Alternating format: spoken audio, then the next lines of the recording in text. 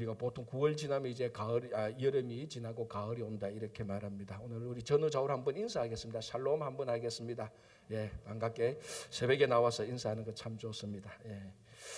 예, 오늘 히브리서 말씀 13장 보겠습니다. 히브리서 이제 마지막 장 말씀인데요. 지금 히브리서 우리가 1장에서 12장까지 첫 번째 크게 나타나는 게 뭐냐면은 예수님은 누구신가 이거였습니다. 선지자들보다도 모세보다도 어떤 이 땅의 대제사장보다도 훨씬 더 위대했던 그 예수님. 그래서 이 땅에서 환난과 그 고난 당하는 자들에게 예수 그리스도를 바라보라. 그러면서 우리 히브리서 11장 그 유명한 믿음장에서는 믿음의 정인들, 구약에 있었던 믿음의 정인들을 쭉 나열하면서 그들의 모든 삶이 믿음의 삶이었다는 것을 정언하고 우리 12장 1절 2절 이런 모든 믿음의 허다한 구름같이 허다한 믿음의 정인들이 우리를 둘러싸서 우리들에게 힘내라, 용기를 내라.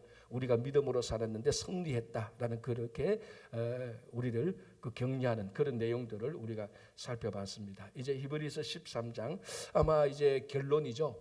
이런 상황 가운데서 히브리서 13장을 통하여서 공동체, 그러니까 오늘날로 말하면 교회를 말하는 겁니다. 이 교회 공동체에게 마지막으로 주는 권면의 말씀, 어떻게 그 혼란과 환난과 시련이 있고 유혹이 있는 그 세상에서 성도 한 사람 한 사람이 모인 이 공동체가 어떻게 이제 어떻게 이 땅에서 살아가야 되는가, 그 권면을 13장에서 마지막으로 결론으로 해주고 있습니다. 자, 우리가 오늘 시간 되는 데까지 한번 같이 보겠습니다. 1절 형제 사랑하기를 계속하고. 자, 첫 번째 메시지가 형제 사랑입니다. 당연히 여기는 뭐 형제 자매 우리 공동체 사랑이죠. 자, 제가 말씀드렸다시피 이 외부에서 환난을 당하고, 그러니까 신앙 때문에 로마 제국이나 같은 동족 유대인으로부터 환난을 당하고, 자, 그러다 보면 내부에서 또 갈등이 생깁니다. 야, 우리가 환난을 언제까지 당해야 되느냐? 왜 우리가 환난을 받아야 되지? 언제까지? 막 이렇게 하다 보면 내부 갈등이 생기고 분열이 됩니다. 보통 한 공동체가 어려움을 겪을 때는 항상 이 두 가지 현상이 다 나타납니다. 외부적인 환난과 내부적인 갈등, 이런 것들이 생기는데 이 외부적인 환난에 맞서서 그리고 내부적인 이 갈등을 봉합하는 가장 좋은 것은 하나입니다. 그건 사랑입니다. 이 사랑하게 될 때 내부적으로 갈등하고 그 균열되는 것이 하나로 합쳐지게 되고, 외부적인 환란이 되면은 이 내부 공동체가 사랑이 되면은 외부 환란에 맞서서 더 진하게 더 강한 사랑이 나타나게 됩니다. 그래서 지금 히브리서에서 그 어렵고 힘든 시련 가운데 있는 성도들에게 너희들은 형제 사랑하기를 어떻게 말하는 건가? 계속하고. 이 말은 지속적으로 끝까지 하고 이 말입니다. 그래서 여러분, 우리 뭐 다른 종교는 뭐 우리가 잘 모른다 할지라도 우리가 말하는 기독교, 그러니까 구약과 신약을 믿는 예수 그리스도를 믿는 우리 성도들에게서 가장 중요한 신앙의 덕목은 뭐라 그래도 사랑입니다. 이 사랑이 없다면은 우리 고린도전서 13장에서 나온 것처럼 사랑이 없다면 뭐 울리는 꽹과리 되고, 사랑이 없다면 뭐 산을 옮겨도 다 흙끝이라고 말했습니다. 그래서 이 사랑이라는 것은 우리 성도의 가장 중요한 신앙의 정체성입니다. 자, 그러면 예를 들어서 이렇게 질문할 수 있죠. 목사님, 내가 기독교인으로 크리스찬으로서 이 땅에 살아가는데 뭘 하면 좋겠습니까? 이 땅으로 살아가는데 딱 한 가지를 해라 그러면 뭘 하겠습니까? 이렇게 물으면 제가 뭐라고 말하겠습니까? 사랑하라 그랬습니다. 왜? 제가 그렇게 대답하는 거 예수님이 그렇게 대답했지 않습니까? 율법사들이 와서 예수님에게 물었지 않습니까? 가장 큰 계명이 뭐냐라고 말해서 예수님께서 뭐라고 말했습니까? 딱 두 가지. 하나님을 사랑하고 내 이웃을 사랑하라 그랬습니다. 이 하나님 사랑과 이웃 사랑의 구약의 모든 계명이 이 안에 다 들어가 있다 그랬습니다. 그러니까 내가 크리스찬으로서 성도로서 뭐 해야 될 신앙의 덕목들이 많은데 하나만 하라 그러면은 진짜 사랑이죠.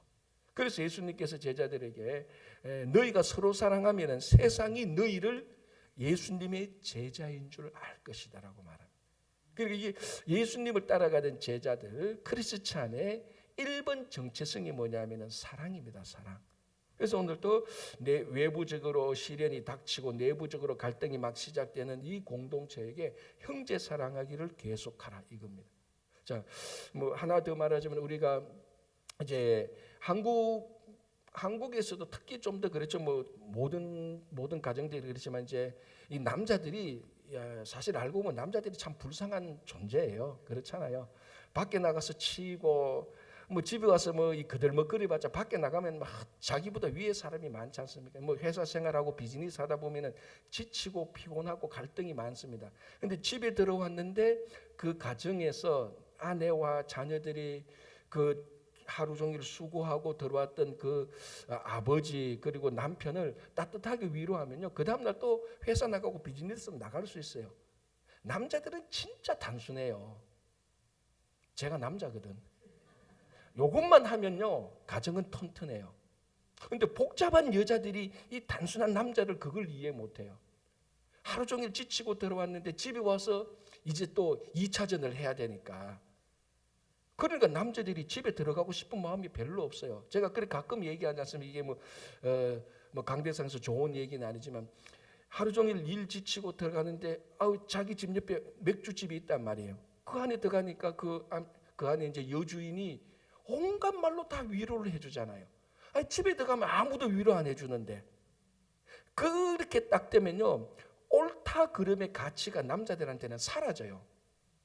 하루 종일 지치고 이놈하고 저놈하고 싸우고 찢고 뽑고 했는데 집에 들어가서 자녀들이 그리고 아내들이 아유 오늘 수고하셨네 뭐 이렇게 위로하고 격려하면은 또 그 다음날 나갈 수 있는데, 집에 왔는데도 이 사랑이 없다면은 남자들은 그 집에서 나가서 그 옆에 맥주집에 가고 싶다고. 아니 목사님 그게 뭐 해야 될 일입니까? 그때 남자는 그때 되면 해야 될 일 관심이 없어요. 내가 어디 가서 위로를 받을까, 지친 몸을 어디서 이룰까, 그 생각이 난다고. 이게 왜 제가 약간 좀 이까지 나갔는가 하면은 어떻게 이것을 좀 더 확대시키면은 히브리서에 있었던 일하고 똑같습니다.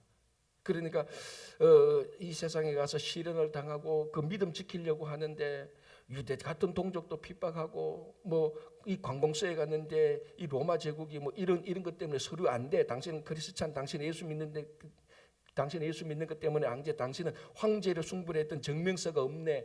이래저래 다치고 이 예배 공동체, 교회 공동체 왔는데 또 이 안에서 또 찢고 뽑고 싸우면은 갈 데가 없는 거예요, 이 성도들이. 이제 그러다가 배교하고 세상으로 다 나가버리는 거예요. 그래서 이런 사람들을 딱 묶어주는 게 뭐냐면은 사랑이라는 거죠, 사랑. 그래서 첫 번째가 형제 사랑을 계속하고, 이 굉장히 단순한 거지만요, 이 사랑이라는 것이 우리 모든 성도들의 해야 될 신앙의 항목들이 여기에 다 집중되어 있는 겁니다. 그래서 첫 번째 계명이 형제 사랑하기를 계속하고 이렇게 되어 있습니다. 자, 두 번째가 뭐냐면 손님 대접하기를 잊지 말라. 이것도 사실은요 넓게 보면 사랑이에요. 환대하는 거잖아요. 1절은 형제 사랑하리라면 형제 사랑은 자기 공동체잖아요. 자기 공동체를 사랑하는 것이고, 두 번째는 손님 대접은 외부에 있는 사람입니다. 그러니까 외부에 있는 사람들이 자기를 방문했을 때, 도움을 요청했을 때 그 사람을 대접하라. 이거는 외부인들에 대한 사랑이에요, 어떻게 보면. 자, 그런데 이제 이 13장 2절은 오늘날 우리가 살고 있는 미국의 상황하고는 굉장히 다르죠.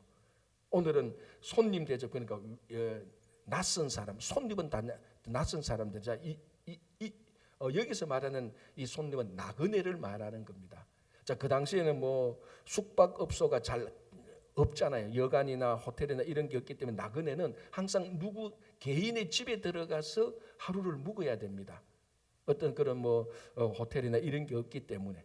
자, 그렇다면 자기도 전혀 모르는 사람의 집에 가서 문을 두드려서 내가 갈 데도 없고 또 날도 저물었고 배도 고프니 이 집에서 하루 머물러서 오늘 하루를 지나도록 해주면 좋겠어. 그게 전형적인 그 당시의 상황입니다.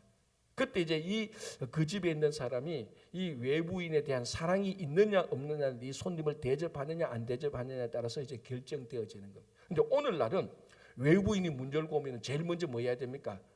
911에 신고해야 됩니다. 이게 미국에서 가르치는 거잖아요. 지금 밖에 사람이 이상한 사람이, 내 모르는 사람이 우리 집에 문 두드린다. 경찰 와서 좀 점검해달라. 그게 미국의 시스템이에요. 자, 그러면은 우리가 이런 시스템에서 손님 대접하면은 안 되겠는데 이 말은 좀 이상하네. 물론 그런 환경적으로 보면은 사실은 이게 안 맞는 거예요. 그러나 그렇다고 해서 13장 2절을 뺄까? 그게 아니고 근본 정신은 똑같습니다. 손님 대접의 근본 정신이 뭡니까? 환대입니다. 환대. 다른 사람들에게 잘 대접하는, 친절하게 말할 수 있는, 그리고 친절을 베풀 수 있는, 그리고 뭡니까? 배려할 수 있는 그런 걸 말합니다. 내하고 처음 보는 사람이라도 기본적인 그리스도인 성도의 자세로서 그 사람들에게 친절하게 대해주고 그 사람들을 환대할 수 있는 마음의 열린 자세를 말하고 있는 겁니다. 이건 여전히 세월이 바뀌어도 우리 성도가 다른 사람들에게 가져야 될 열린 마음을 말하는 것입니다. 자, 지난 2000년 동안 이 기독교 역사를 보면요, 언제 기독교가 가장 위험하고 언제 기독교가 가장 퇴락했고 언제 기독교가 가장 왜곡되었는가 하면요, 이 성도들 또는 교회 공동체가 폐쇄될 때, 자기들끼리만 하게 될 때에, 세상하고 완전히 단절되고 자기들끼리만 하게 될 때 거기에는 항상 퇴락하게 되고 왜곡되어지고 이제 거기는 문제가 생기는 것입니다. 자, 예수님께서 제자들에게 주신 마지막 명령이 뭡니까? 너희는 복음을 세상에 나가서 전하라는 겁니다. 자, 복음을 가지고 세상에 나가기 위해서는 폐쇄적이 되어서는 절대로 할 수 없는 겁니다. 항상 열려 있어야 되는 겁니다. 자, 이 교회가, 성도가 세상에 대해서 문을 닫아두면은 이 세상과 우리는 완전히 분리되면 우리는 가장 중요한 복음을 전할 수 있는 이 사명의 길을 우리가 우리 스스로 잘라버리는 것하고 마찬가지입니다. 그래서 이 손님 대접한다는 것은 기본적으로 우리가 환대하는 것이고 열려 있는 것이고, 이것을 좀 더 우리 삶에 좀 더 적응한다면은 성도들이 무슨 말할 때 들을 생각도 안 하고 마음의 문을 딱 닫는 게 아니고, 무슨 말을 할 때, 어떤 일을 할 때 한 번 더 마음의 문을 열어서 들어보고 그것이 지금 우리 상황에 합당하면 받아들이고 안 맞으면은 연기하고 아니면은 거절하고 이런 것이지, 들을 생각도 안 하고 그대로 폐쇄하는 그런 폐쇄적인 성도들의 마음, 폐쇄적인 공동체가 되어서는 안 된다라는 것입니다. 자, 그러니까 이게 굉장히 그 당시에 큰 도전을 주는 게 뭐냐면, 자, 이 성도들이 외부로부터 지금 외부로부터 환난을 당하고 있습니다. 그러면 어떤 마음이 생기는가 하면, 이 세상 싫어. 내가 믿음 가지고 왔는데 이 세상은 왜 자꾸 나를 환난하고 왜 자꾸 나를 시련을 줘? 나 이제 세상하고는 안 살 거야. 그러면 자연적으로 세상과 단절될 수 있는 마음이 많습니다. 자, 우리가 보통 이제 이렇지 않습니까? 우리가 뭐 흔히 하는 말로 교회 봉사 열심히 하다가 상처받는 사람들이 많아요. 그런데 봉사하고 섬기면 상처받는 게 그게 자연적인 일입니다. 그죠? 사람들이 하는 일이고 죄인들이 하니까. 하다가 좀 상처 한번 받으면 무슨 생각합니까? 내가 2번 다시 교회 봉사하는 거 봐라. 그게 뭔가 하면, 그게 앞으로 봉사를 안 한다는 것보다 더 위험한 건 뭔가 하면은 내가 나 자신을 봉사와 사역과 사람들에 대해서 문을 닫아버리는 결과가 되는 겁니다. 그게 훨씬 더 위험한 겁니다. 훨씬 더 위험한. 그래서 성도들은, 참 성숙한 성도들은 항상 열린 마음이 되어 있어야 되는 거예요. 그 열린 마음 가운데서 손님 대접이 일어나는 겁니다. 그죠? 자, 2절 다시, 손님 대접하기를 잊지 말라. 이로써 부지 중에 천사들을 대접한 이들이 있었느냐. 누굽니까? 아브라함이 있는데 3명의 사람이 찾아옵니다. 근데 그 본문을 가만히 보면은 그 3명 가운데 논란이 좀 있지만 한 분은 하나님이 실제적으로 사람의 모습으로 온 거고 나머지 2사람은 천사들이에요. 그래서 아브라함은 진짜로 사람을 대접합니다. 그 당시에는 이 사람 대접하는 게, 손님 대접하는 게 지극히 관례적인 예의입니다. 그래서 세상을 대접했는데 그 가운데 한 분이 하나님이고, 그때 하나님이 뭐라고 말합니까? 사라가 아기를 가질 것이다. 그러니까 사라가 피식 웃었지 않습니까? 무슨 그런 하니까 하나님 보고 너 웃었다니까, 그제서 들키니까 아니다라고 말할 때 아니야, 웃었어. 그래서 나중에 태어난 아이가 웃는 자에서 이삭이 되지 않습니까? 그러니까 아브라함이 손님을 대접했을 때 천사인 줄 알고 한 게 아니고 정말 나그네인 줄 알고 대접했는데 그 천사였고, 심지어는 하나님을 대접한 거하고 마찬가지였다는 거예요. 그러니까 우리가 우리 스스로 신앙의 마음의 문을 닫아버리면 어떤 결과가 됩니까? 하나님도 우리 안에 못 찾아 들어온다는 거예요. 우리 요한계시록 예수님의 모습이 뭡니까? 내가 문 밖에 서서 문을 두드리니 누구든지 내 음성을 듣고 문을 열면 내가 너에게로 들어와 너와 함께 더불어 마시겠다 그랬습니다. 예수님께서 강제적으로 문 열고 들어갈 수 있죠. 그러나 예수님은 우리 안에 들어오기 위해서 문을 부수는 게 아니고 문을 두드리고 있는 겁니다. 그런데 우리가 여러 가지 일들로 인해서 우리가 폐쇄되었다. 그런데 여러분, 우리가 어떤 섬김과 봉사를 대해서 사람들에게 폐쇄적인 마음은요, 이것이 어디까지 연결되는가 하면 결국 하나님의 말씀과 하나님에 대해서도 폐쇄적인 상황이 되어갑니다. 자기도 모르는 사이에. 2절에 손님 대접, 이게 글자 그대로 손님 대접이라는 말보다 훨씬 더 중요한 신앙의 의미가 있습니다. 자, 3절, 너희도 함께 갇힌 것 같이 갇힌 자를 생각하고. 저 여기서 갇힌 사람은 누굽니까? 복음을 전하다가 환난과 핍박을 받았던 사람들. 실제로 많은 사람들이 갇혔죠. 그래서 그 당시 자료들은 이 자료 보면 심지어 어떤 성도들이 있는가 하면은 갇힌 자를 위로하기 위해서 자기도 일부러 감옥에 갇히게 되는 그런 성도들도 있습니다. 그래서 그 안에 들어가서 갇힌 자를 위로하고, 야, 너 혼자만 감옥에 있으니까 외로웠지. 나도 들어왔어. 이 사람도 들어왔어. 그러니까 그 감옥이 아니고 교회 공동체가 되는 거예요. 물론 모든 사람들이 다 그렇게 한 건 아니고 일부 사람이요. 사실은 아무리 초대교회라 그래도 모든 사람이 한 사람이 갇힌가 다 감옥에 들어갈 만큼 그런 일은 아니지만, 그래도 여러분 생각해 일부 사람들이 우리 형제자매가 감옥에 갇혔구나. 저 감옥에서 얼마나 어려울까. 저 사람을 위로하기 위해서 내가 의도적으로 감옥에 갇힐 일을 해서 감옥에 들어가는 겁니다. 정말 위대한 신앙이죠. 그런 일들이 실제로 있었다는 겁니다. 그래서 감옥 너희도 함께 갇힌 것 같이 갇힌 자를 생각하고. 자, 그 다음에 같은 맥락이지만요, 너희도 몸을 가졌은즉 학대 받는 자를 생각하라. 학대, 그러니까 실제적으로 육신의 고난이죠. 채찍에 맞거나 찔리거나 돌에 맞거나 사도 바울의 고난처럼, 그죠? 그런 고난을 당할 때 그 학대 받는 자의 아픔을 공감하라는 것. 왜? 너희들도 몸을 가졌지 않느냐. 그러니까 이 3절 보면은 함께 갇힌 자를 생각하고 학대받는 자를 생각하는 것은 이 공감입니다. 공감. 제가 가끔 얘기하지만 하나님께서 독생자 예수 그리스도를 이 땅에 보내신 이유는 어떻게 보면요, 우리의 상황에, 우리의 정말 인간 아주 쉽게 우리의 딱한 처지에 공감하셨기 때문입니다. 죄인의 가장 딱한 처지가 뭡니까? 우리는 영원한 형벌을 받을 수밖에 없습니다. 그런데 이 우주의 창조자께서, 우주의 창조자 여호와 하나님께서 영원한 형벌을 받을 수밖에 없는 나의 딱한 처지에 공감하는 겁니다. 얼마나, 그러니까 하나님이 이렇게 하나님이 내가 영원한 형벌을 받는 것을 하나님이 견디지 못하는 겁니다. 공감이 생겨서. 그래서 어떻게 합니까? 독생자를 보내는 거예요. 독생자를. 그래서 우리가 구원받은 겁니다. 그 공감, 그게 바로 갇힌 자를 생각하고 학대받는 자를 생각하는 겁니다. 그래서 자, 4절, 모든 사람은 결혼을 귀히 여기고 모든 사람은 결혼을 귀히 여기고 침소를 더럽히지 않게 하라. 음행하는 자들과 간음하는 자들을 하나님이 심판하시니라. 어제 이 부분이 약간 나왔습니다. 그렇죠? 어제도 12장 6절 보면은 음행하는 자와 혹 한 그릇 음식을 위하여 장자의 명분을 이렇게 나올 때 음행이라고 말했습니다. 오늘 또 이 음행을 또 경고하고 있는 겁니다. 초대교회 때 음행이 많았던 이유 중에 하나는 이방 종교에 있었던 타락하고 부패한 성적 예식에서 흘러나온 겁니다. 이방 종교에 타락하고 부패한 성적 의식.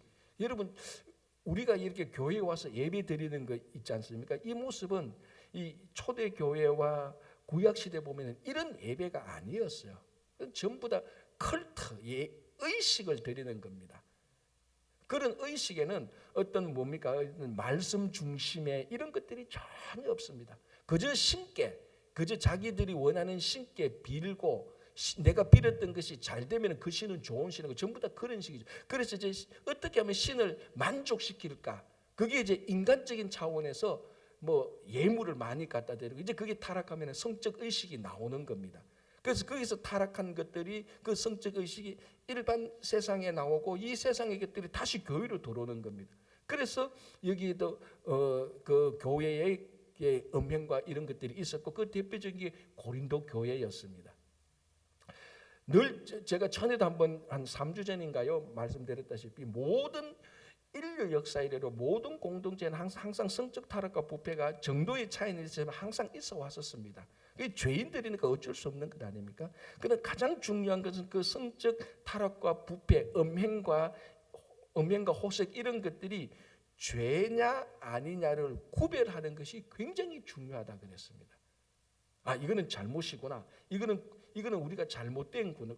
아, 이렇게 성적 타락과 부패 이건 잘못된 거야. 이건 하나님께서 정말 싫어하시는 거야.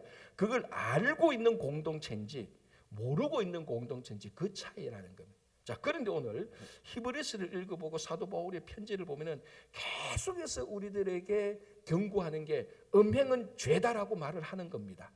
이 지적하는 것, 음행이 잘못됐다라고 말하는 이 사실 자체가 중요한 겁니다. 고린도나 어떤 다른 도시에는요, 음행이 죄라고 생각하지 않는 사람들이 수두룩했다니까요.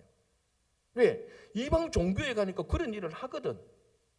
그러니까 세상에 나와서 그 영향을 받아 사거든. 이게 왜 죄야? 왜 잘못이야? 요즘 타락한 성적자들, 어떤 동생이나 이런 것이 성적 취향이라고 말하는 거하고 똑같은 거예요.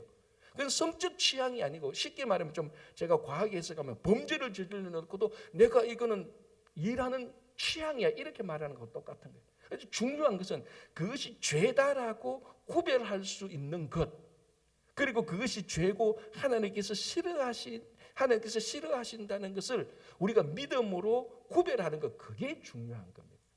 여러분, 소돔과 고모라가 얼마나 타락했습니까? 오늘날 뭐 타락하고 뭐 이렇게 하고 옛날에는 안 그랬는데 천만의 말씀, 옛날에도 다 타락했잖아요. 인간은 옛날에도 죄인이고 지금도 죄인이에요. 영원히 중요한 것은 이것이 우리가 하나님 앞에 회개해야 될 일이고 하나님께서 이것을 싫어하신다는 것을 구별할 수 있는 겁니다. 그래서 성경에서 음행하지 말라, 하나님이 싫어하시는 것이다라고 말한 것 이 자체가 중요한 말씀이라는 겁니다. 그래서 우리가 그 말씀을 듣고 이건 하나님이 싫어하시니까 안 하는 거야 라고 말하는 것도 없어요. 그래서 이 13장에서 그 음행을 막기 위해서 결혼을 귀하게 여기라. 지금 정상적인 결혼 생활을 하고 가정에서 행복과 사랑이 피나면, 그 가정에서 행복과 사랑이 충만하면 그는 누가 말리지 않아도 음행은 자연스럽게 없어지는 겁니다. 이건 영원한 진리 아닙니까? 가정이 행복하고 정상적인 결혼 생활이 있는데 그 가정의 멤버가 음행하는 이유는 하나도 없습니다. 음행은 항상 가정의 문제하고 같이 겹치는, 사실 같은 말하고 똑같습니다. 그래서 13장에서 모든 사람을 결혼을 귀히 여기라. 좀 더 우리가 확대해서 가면 가정을 귀하게 여기라 이 말하고 똑같습니다. 그 가정이 정상적으로 매일매일 행복한 삶을 살아가는 그 가정의 구성원들 어느 누구도 음행에 빠질 리가 없습니다. 가정이 정상적으로 안 돌아가니까 그 가정의 아빠나 엄마나 아들이나 자녀가 다 음행으로 빠지는 것. 그러니까 13장 4절은 굉장히 실제적인 지침을 말하고 있습니다. 모든 사람은 결혼을 귀히 여기고 침소를 더럽히지 않게 하라. 음행하는 자들과 간음하는 자들은 하나님이 심판하신다. 이 구절이 제가 중요하다 그래서 이게 죄니까 하나님이 싫어하시니까 그걸 우리가 알고 있어야 돼요. 성적 취향이 내 취향이다 그게 아니라는 겁니다. 하나님이 싫어하시는 거다라는 것을 우리가 알기를 바랍니다. 오늘 우리 여기까지만 하고 다음 주에 좀 더 우리 더 권면을 보도록 하겠습니다. 기도하겠습니다. 하나님 아버지 감사합니다. 세상에서 환난이 있고 어려움을 당하고 또 내부적으로 갈등이 있다 할지라도 하나님께서 우리에게 본을 보여주신 사랑으로서 살아갈 때 모든 어려움과 갈등을 극복할 수 있다는 것을 기억하며 주님 성령께서 우리에게 역사하셔서 심지어 원수까지도 사랑할 수 있는 사랑의 능력을 저희들에게 더하여 주시옵소서. 늘 아버지 하나님 우리가 폐쇄적으로 문을 닫는 것이 아니라 하나님과 성도들에게 대해서 문을 열고 복음을 전할 수 있는 교회와 성도들이 될 수 있도록 도와주시고 공감하며 그리고 정말 하나님이 싫어하시는 것을 우리들도 싫어할 수 있도록 도와주시옵소서. 전 세계적으로 아버지 기후재앙과 전쟁으로 많은 어려움과 환난이 있습니다. 주님 그들의 학대받는 것과 어려움을 우리가 공감할 수 있도록 인도해 주시고 그들을 도우며 진심으로 기도할 수 있도록 인도하여 주시고 우리 형제 자매들 가운데 낙담하고 좌절하고 몸이 불편한 모든 성도들을 주님께서 위로해 주시고 격려해 주시고 치유하여 주시옵소서. 이제 다음 주 금토일 2박 3일 동안 우리 EM 청년부에서 수련회를 하게 됩니다. 하나님께서 함께해 주시고 우리 청년들 믿음이 성숙하고 바르게 되기 위한 귀한 수련회가 될 수 있도록 주님 도와주시고 우리 자녀들 백투스쿨 하게 됩니다. 한 학년 더 올라가서 학교에서 수업을 하게 될 때 하나님께서 지혜를 주시고 우리 자녀들 믿음과 지혜와 건강 가운데서 잘 자랄 수 있도록 도와주시고 교회의 모든 어르신들 주님께서 행복하게 건강하게 하나님 잘 섬길 수 있도록 도와주시옵소서. 내일 거룩하고 복된 주일을 잘 준비하는 오늘 하루가 될 것을 믿으며 예수님의 이름으로 기도하옵나이다. 아멘.